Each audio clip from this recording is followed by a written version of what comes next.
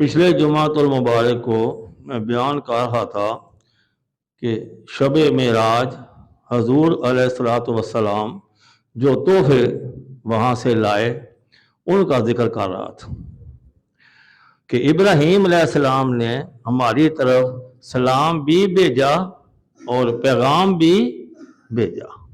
सिर्फ सलाम नहीं भेजा, पैगाम भी भेजा। क्या पैगाम भेजा कि अल्लाह का जिक्र ज़्यादा किया करो, आपकी उम्मत अल्लाह का जिक्र करे, तस्बीह तकदीस बयान करती रहे। जिक्र की फजीलत खुद हुज़ूर अलैहिस्सलातु वस्सलाम फरमाते हैं मिराज की रात मैंने अर्श के अनवार व तजल्लियात में एक शख्स को पोशीदा देखा। अर्श के अनवार विच ना एक छुपे ਉਹਦੇ आले दुआले नूर ही नूर आ। मैं वेख्या एक शख्स नूं, मैंने कहा ये कौन है वही बात।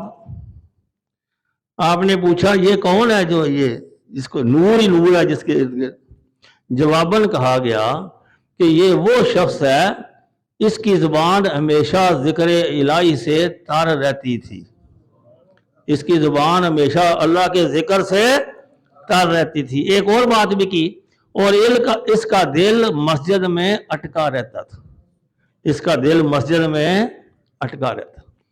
शारहीन हदीस अल्लाह करीम उन पर अपनी रहमत फरमाए, उन्होंने इसकी तशरीह ये की कि मस्जिद में दिल लगा रहना इससे मुराद ये नहीं है कि वो मस्जिद में ही बैठा रहे।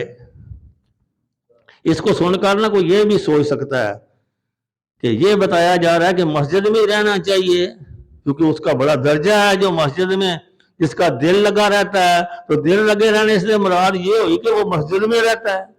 तो शारहीन हदीस फरमाते हैं इसका मतलब ये नहीं है।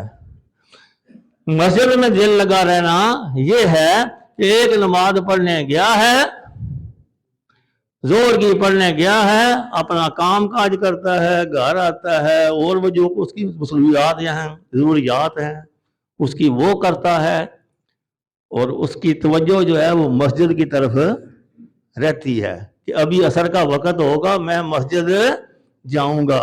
ये है मस्जिद में दिल लगा रहना, ये नहीं कि मस्जिद में ही बैठ रहे। इस सिलसिले में मैंने एक रवायत पढ़ी नुज़रतुल मजालिस में हज़रत अनस रज़ी अल्लाह ताला अन्हु रावी, वो फरमाते हैं मैंने हुज़ूर से पूछा सल्लल्लाहु अलैहि वसल्लम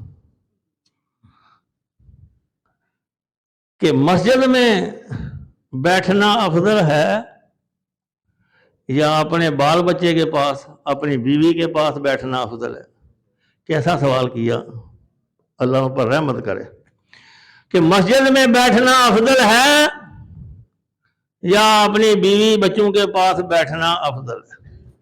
तो फरमाया बीवी के पास बच्चों के पास एक साथ बैठना, एक घड़ी बहना, एक पल बहना मेरी मस्जिद विच इतकाफ नालों भी अफजल है। मेरी मस्जिद विच इतकाफ नालों भी अफजल है। तो यह भी ध्यान रखा करो, वो मस्जिद बहना यह नहीं है वह मस्जिद ही बैठे रहो, यह दूजे काम भी करने ने। जे बीवी को बह के ऊँझ ही गल्लां करोगे, उसका दिल भुलाओगे तो भी सवाब लभेगा, तो इंजे सवाब लभेगा जिसमें इतकाफ नालों भी अफजल सवाब लभेगा। हाँ, एक ध्यान रखना है, जैसे नमाज का टाइम हो जाए फिर सब कुछ छड़ छड़ा के तो फिर मस्जिद पहुंच जाना, तो फिर तो मस्जिद ही दिल लगे।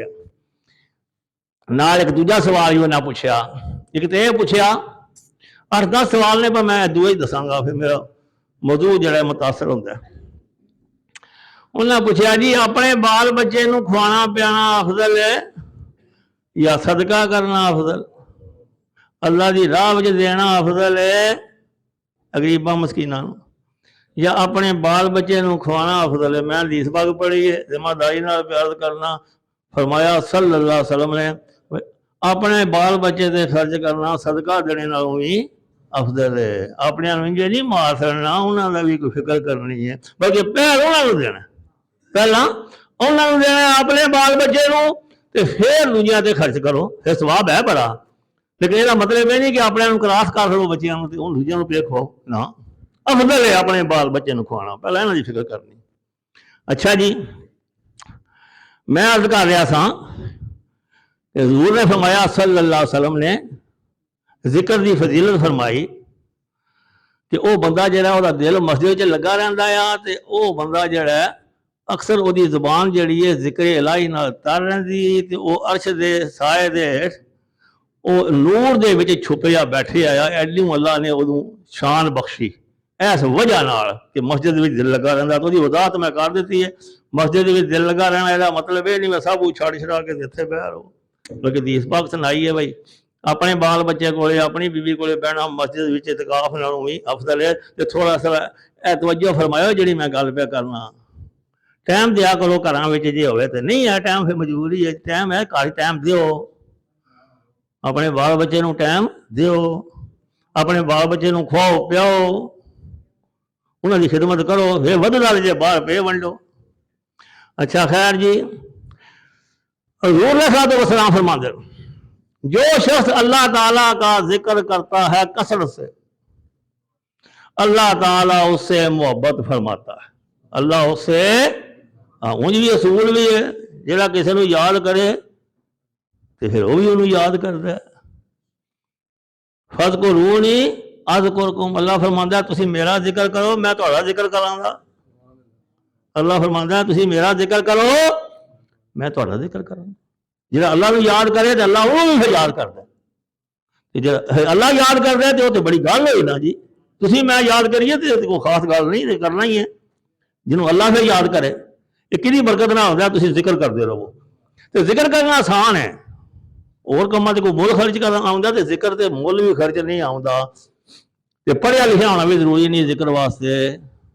अल्लाह अकबर सारे बंदे आ सकते हैं अल्लाह अकबर ही पे आख्या करो है जी सारे बंदे आ सकते हैं बड़ा आसान है। यह भी जिक्र है ला इलाहा इल्लल्लाह यह भी जिक्र।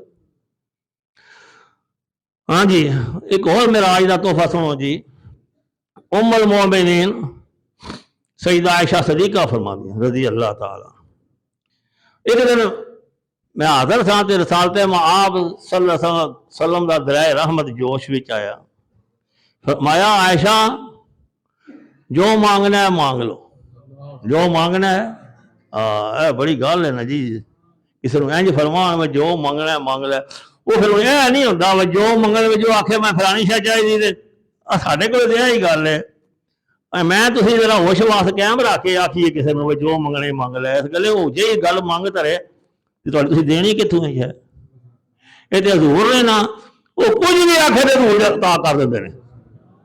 ये मिसाला ने किसी आखे ना जन्नत जन्नत लैनी और तुहाडा संग लैना तो हजूर ने फरमाया चल यही हो गया जी ठीक है मेरा संग ही हो गया।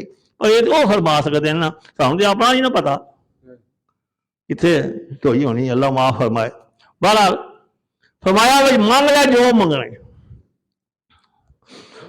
उन्हें अर्ज की या रसूल अल्लाह सल्लल्लाहु अलैहि वसल्लम अपने अब्बा जी ना पूछ ला हज़रत अबू बकर सदीक ना पूछ ला भाई के मंगा यह जी गल है ना मैं बना भाई इलम जो है बड़ी दौलत है अल्लाह ताला सब नूं अता फरमाए मनु भी तुहानूं भी सारे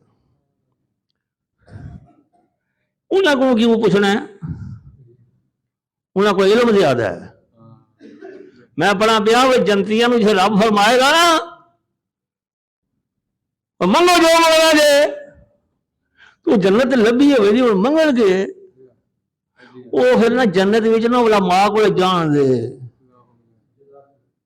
बोला मां को जान दे जन्नत में भाई रब भी आखदा मंग लो जो मंगना के मंगिए है जी मुझे अपने आप सानू पता ही नहीं हो रहा के मंगिए बोला मां की जरूरत महसूस हो रही है उन्होंने पूछने मूर्ति सानू के मंगिए इतने तो जन्नत लभी हम के मंगिए अल्लाह फरमांदा मंग लो जो मंगना खैर उन्हें अर्ज की जी मैं अपने अब्बा जी ने पूछ ला हजूर ने फरमाया पूछ लो पूछन गई अबू बकर सदीक है रज़ी अल्लाह ताला उन्हें फरमाया जे कर्म हो ही गया ना तो तुम जाके मंगो पर मेराज की रात मेराज के तोहफे में मैं इस गल गल आती है जी पर मेराज की रात अल्लाह करीम ने तुहाडे नाल खास कुरब दे विच सानूं कुरब हासिल होया है जिहड़ियां राज़ो न्याज दीयां गल्लां अल्लाह दीयां तुहाडीयां होईयां ने उन्हां चों एक दस छड़ो उन्हां विचों एक दस छड़ो जी सारियां नहीं एक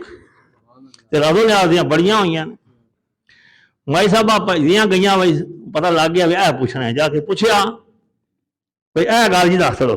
ਹਜ਼ੂਰ ਹੱਸ ਪਏ, ਮੁਸਕਰਾ ਪਏ ਹਜ਼ੂਰ। ਮੇਰੇ ਯਾਰੇਗਾਰ ਨੇ ਕੈਸੀ ਗੱਲ ਪੁੱਛ ਦਿੱਤੀ ਹੈ, ਜੇ ਰਾਜ਼ ਦੀ ਗੱਲ ਦੱਸਾਂ ਤੇ ਰਾਜ਼ ਨਹੀਂ ਰਹਿੰਦਾ। ਫਿਰ ਉਹ ਰਾਜ਼ ਦੀ ਗੱਲ ਦਸੀਏ ਤੇ ਫਿਰ ਰਾਜ਼ ਨਹੀਂ ਰਹਿੰਦਾ। ਪਰ ਹੁਣ ਵਾਅਦਾ ਫਰਮਾਇਆ ਸੀ ਵੀ ਰਾਜ਼ ਦੀ ਗੱਲ ਉਹ ਪੁੱਛਦੇ ਨੇ ਪਏ ਤੇ ਵਾਅਦਾ ਫਰਮਾਇਆ ਸੀ ਵੀ ਜੋ ਮੰਗਣਾ ਮੰਗ ਲਓ। ਅੱਛਾ ਜੀ, ਰਾਜ਼ ਦੀ ਗੱਲ ਸੁਣੋ ਜੀ। ਫਿਰ ਜੀ ਰਾਜ਼ ਦੀ ਇੱਕ ਗੱਲ ਦੱਸਦੇ ਨੇ। ਹਜ਼ੂਰ ਨੇ ਫਰਮਾਇਆ ਸੱਲੱਲਾਹੁ ਅਲੈहि ਵਸੱਲਮ ਨੇ ਕਿ ਰਾਜ਼ ਦੀ ਇਹ ਗੱਲ ਹੈ, ਮਿਰਾਜ ਦੀ ਰਾਤ ਰੱਬ ਕਰੀਮ ਦੀ ਬਾਰਗਾਹ ਵਿੱਚ ਵੈਸੇ ਮੈਂ ਹਾਜ਼ਰ ਹੋਇਆ ਤੇ ਅੱਲਾਹ ਕਰੀਮ ਨੇ ਮੈਨੂੰ ਫਰਮਾਇਆ, ਜੇ ਕੁਰਬਤ ਖਾਸ ਹੋਈ ਨਾ ਤੇ ਅੱਲਾਹ ਕਰੀਮ ਨੇ फरमाया, महबूबा तेरा कोई उम्मती किसी बंदे दा दिल जोड़े दा ना टुटे आ ते ओनू मेरे ते लाजम है कि ओनू मैं बगैर हिसाब तो जन्नत अता कर दियां। अल्लाह ने अपने जिम्मे ये गल लाजम कर लई कि जे तेरा कोई उम्मती किसी का टुटे आ दिल, कोई परेशान है, कोई मुसीबत है, दुखी है, उसका दिल जोड़ेगा ना, कोई ऐसी गल करेगा जिस दिल नूं चैन आ जाए, तो अल्लाह फरमांदा है मेरे ते लाजम है कि मैं उन्होंने बगैर हिसाब तो जन्नत विच दाखिल कर दियां। सल्लल्लाहु अला मुहम्मद सल्लल्लाहु अलैहि वसल्लम। कोई इहो जे काम भी अल्लाह तौफीक बख्शे तो मैं ते तुसीं करिए। कोई इहो जे काम भी नमाज़ां भी पढ़नियां ने, वो भी नहीं ना सही पढ़ते, वो सही पढ़नियां ने। मतलब ये नहीं मावां छड़ के टुटे दिल जोड़न ला पवो, टुटे दिल भी जोड़ने। उन्हें वादा किते हजूर अबू बकर सदीक रज़ी अल्लाह ने फरमाया वे जेड़ी गल हजूर आखणगे ना वो मुझे दसनी आके। उन्हें के फरमाया, वापस गई दसन तो बड़िया खुश गल लभ गई है। टुटिया दिल किसी का जोड़ा दे, किसी भुखे नूं खाना खिला देंगे, किसी कर्जखा नूं कर्ज दे देंगे, मुसीबत विच है कोई है जी, और कोई किसी मुसीबत में है, कोई हाजत किसी की है, वो जरूरत पूरी कर देंगे तो टुटिया दिल जुड़ जाएगा।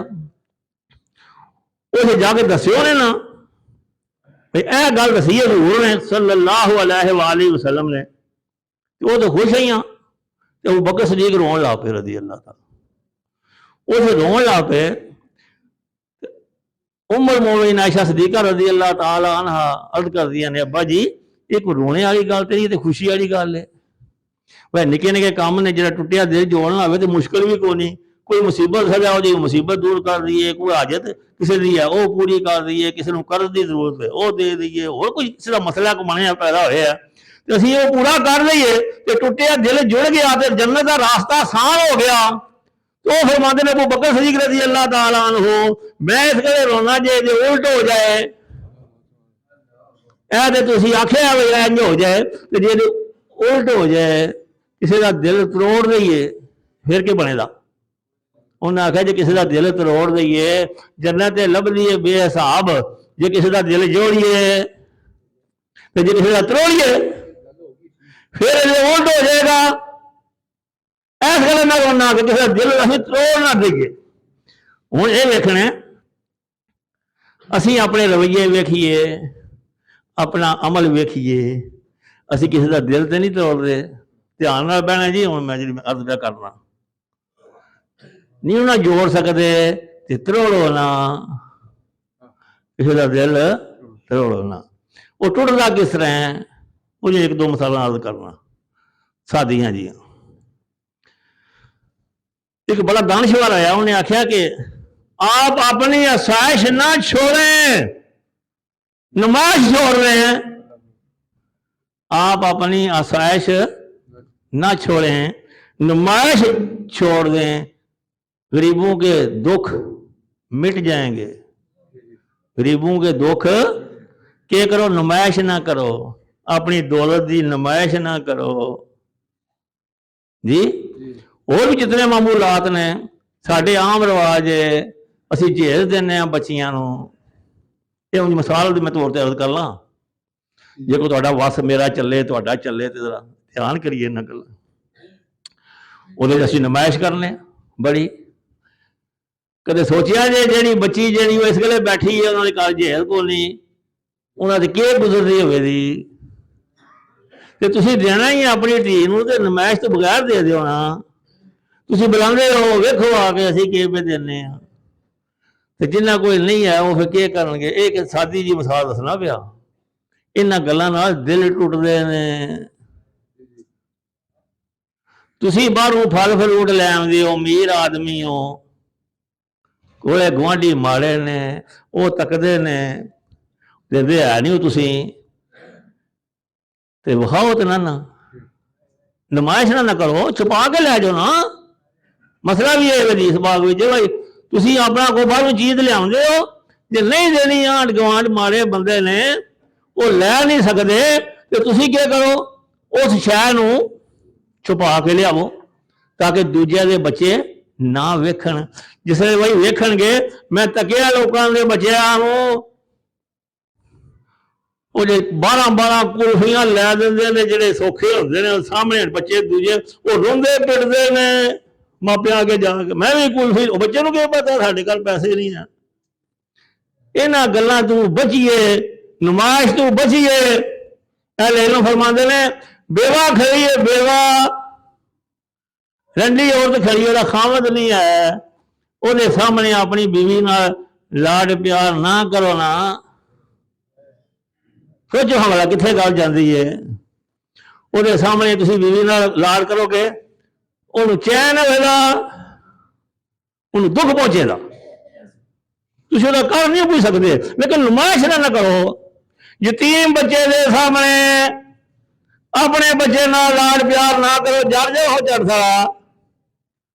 ਜੇ ਯਤੀਮ ਬੱਚੇ ਦੇ ਸਾਹਮਣੇ ਆਪਣੇ ਮੁੰਡੇ ਨੂੰ ਬੋਸੇ ਦਿਓਗੇ, ਲਾਡ ਪਿਆਰ ਕਰੋਗੇ, ਉਹ ਬੱਚਾ ਯਤੀਮ ਸਾਹਮਣੇ ਖੜੇ ਹੈ, ਤੇ ਉਹਦੇ ਦਿਲ ਵਿੱਚ ਗੱਲ ਜਾਏਗੀ ਕਿ ਨਹੀਂ ਜਾਣ ਲੱਗੀ।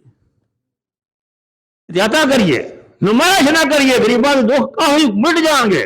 ਨਾ ਮਦਦ ਕਰੋ ਉਹਨਾਂ ਦੀ, ਲੇਕਿਨ ਐਸਾ ਕੰਮ ਨਾ ਕਰੋ ਉਹਨਾਂ ਦੇ ਸਾਹਮਣੇ, ਐਸਾ ਰਵੱਈਆ ਅਖਤਿਆਰ ਨਾ ਕਰੋ ਜਿਹਦੇ ਨਾਲ ਉਹ ਮਹਿਸੂਸ ਕਰਨ ਉਹ ਸਾਡਾ ਛੱਡੇ ਹੀ ਕੱਖ ਨਹੀਂ।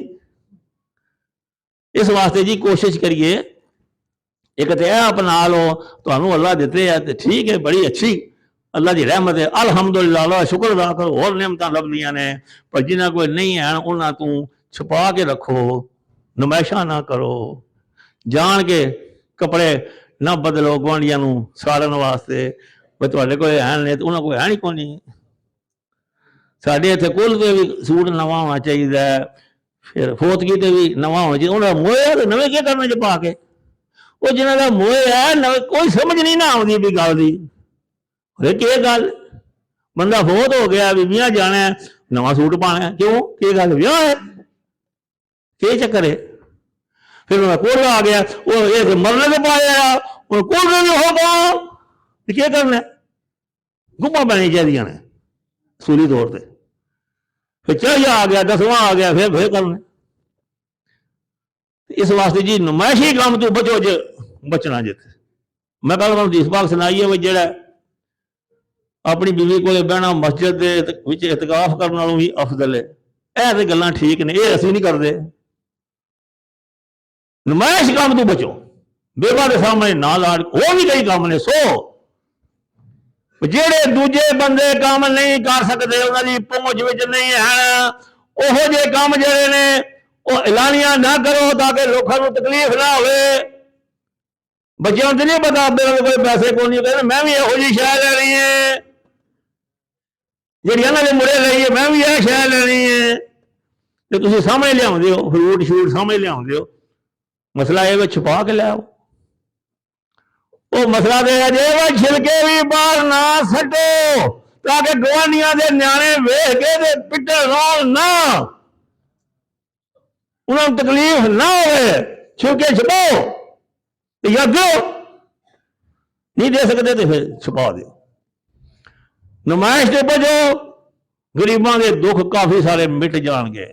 ਆਪਣੇ ਰਵੱਈਏ ਸਹੀ ਕਰ ਲਈਏ, ਕੋਸ਼ਿਸ਼ ਕਰੀਏ। ਗਰੀਬਾਂ ਦੇ ਸਾਹਮਣੇ ਇਹੋ ਜਿਹੇ ਐੜੇ ਜੇਲ ਵਗੈਰਾ ਦੇਣੇ ਨੇ, ਉਹ ਛੁਪ ਕੇ ਦੇ ਦਿਓ, ਨਾ ਬੁਲਾਓ ਬੰਦਿਆਂ ਨੂੰ। ਤੇ ਫਿਰ ਫਿਰ ਇਹ ਵੀ ਕਰਨੇ ਆ। ਜੇ ਗਰੀਬਾਂ ਨੂੰ ਕੋਈ ਤਰੋੜਾ ਦਿੰਦੇ ਨੇ ਉਹ ਫਿਰ ਤਸਵੀਰਾਂ ਖਿੱਚਦੇ ਨੇ, ਇਹ ਫਿਰ ਨਮਾਇਸ਼। ਕਈ ਡਰਦਿਆਂ ਲੈਂਦੇ ਨਹੀਂ ਆ, ਤਸਵੀਰਾਂ ਖਿੱਚਣਗੇ ਅਖਬਾਰ ਜਾਵਣ ਦੀਆਂ। ਇਹਨਾਂ ਨੂੰ 20 ਕਿਲੋ ਆਟਾ ਦਿੱਤਾ ਜੀ ਇਸ ਬੰਦੇ ਨੂੰ ਕਿ ਕੱਲ ਇਹ ਆਟਾ ਤੁਹਾਡਾ, ਘਰ ਰੱਖੋ ਇਹੋ ਜਿਹੇ ਆਟੇ। ਨਮਾਇਸ਼ ਤੇ ਬਚੋ ਜੀ, ਇਹਦੇ ਨਾਲ ਗਰੀਬਾਂ ਦੇ ਦੁੱਖ ਮਿਟ ਜਾਣਗੇ। ਵਰਨਾ ਨਹੀਂ, ਜੇ ਮਿਟਦੇ ਅਸੀਂ ਵਧਾਉਂਦੇ ਹਾਂ, ਅਸੀਂ ਗਰੀਬਾਂ ਦੇ ਦੁੱਖ ਵਧਾਉਂਦੇ ਹਾਂ।